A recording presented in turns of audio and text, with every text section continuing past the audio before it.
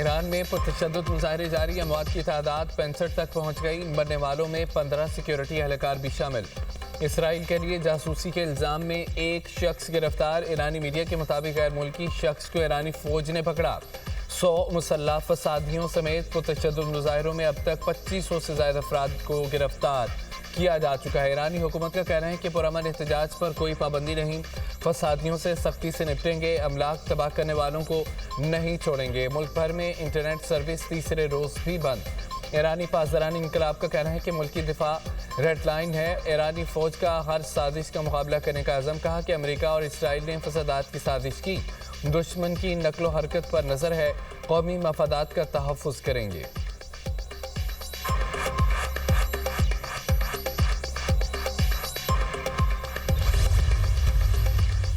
پاکستانی شہریوں کو ایران کے لیے غیر ضروری سفر سے گریز کی ہدایت۔ ایران کے سفر کرنے والے پاکستانیوں کے لیے ٹریول ایڈوائزری جاری۔ ترجمان دفتر خارجہ کا کہنا ہے کہ ایران میں مقیم پاکستانی احتیاط کریں اور غیر ضروری نقل و حرکت سے گریز کریں۔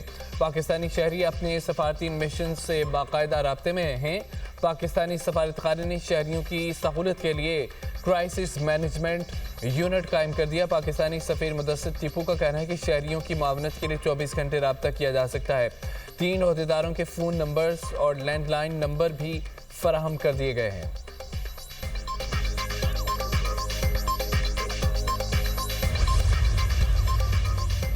ایران میں حالیہ کشیدگی پر پاکستان کی بہترین سفارتکاری مرکز نگاہ بن گئی۔ علاقائی تنازعات کے خاتمے اور خطے میں امن و استحکام کے لیے پاکستان کی سفارتکاری اہم قرار۔ امریکی جریدے دی نیشنل انٹرسٹ کا پاکستان کی علاقائی اہمیت اور مؤثر سفارتکاری کا اعتراف۔ دی نیشنل انٹرسٹ کے مطابق جنوبی ایشیا میں امریکہ کا اہم شراکت دار پاکستان بھی ایران کے خلاف کسی قسم کی کارروائی کا حامی نہیں ہے۔ پاکستان پر تشدد طریقے سے ایران میں حکومتی نظام کی تبدیلی کی حمایت نہیں کرتا۔ ماضی کے برعکس ایران نے پاکستان اور سعودی عرب کے درمیان سلامتی کے معاہدے کا خیر مقدم کیا۔ پاکستان اس صورتحال میں مدد کر سکتا ہے، وہ پہلے ہی کشیدگی کم کرنے کی کوشش میں مصروف ہے۔ پاکستان بہترین سفارتکاری کی وجہ سے نیٹ ریجنل سٹلائزر کے طور پر ابھر رہا ہے۔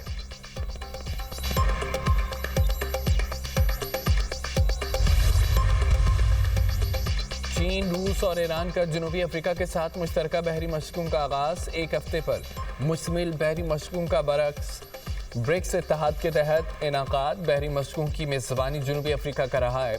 ایران 2024 میں برکس اتحاد میں شامل ہوا تھا۔ مشقوں میں شریک تمام برکس ملکوں کی حتمی فہرست سامنے نہیں آ سکی۔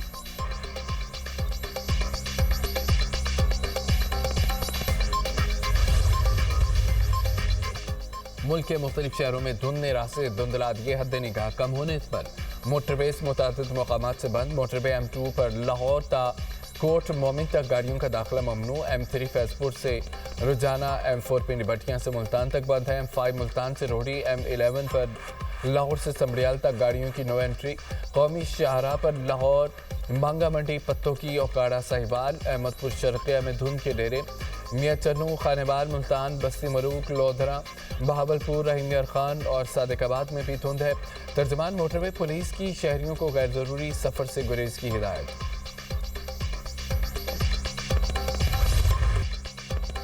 ملک کی دفاع میں ایک اور اہم سنگ میل، پاکستان کے زمین سے فضا تک کما کرنے والے میزائل کا کامیاب تجربہ۔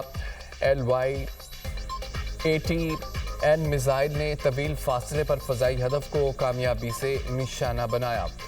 ISPR کے مطابق تجربہ پاک بحریہ کے ڈیفنس سسٹم کی صلاحیت کا آغاز ہے۔ پاک بحریہ کا شمالی بحیرہ عرب میں جامع بحری مشق کا انعقاد۔ جدید اور بغیر پائلٹ نظاموں کے ذریعے جنگی طیاروں کا مظاہرہ۔ LY-80N ایئر ڈیفنس میزائل کا کامیاب لائیو فائر ٹیسٹ کر لیا۔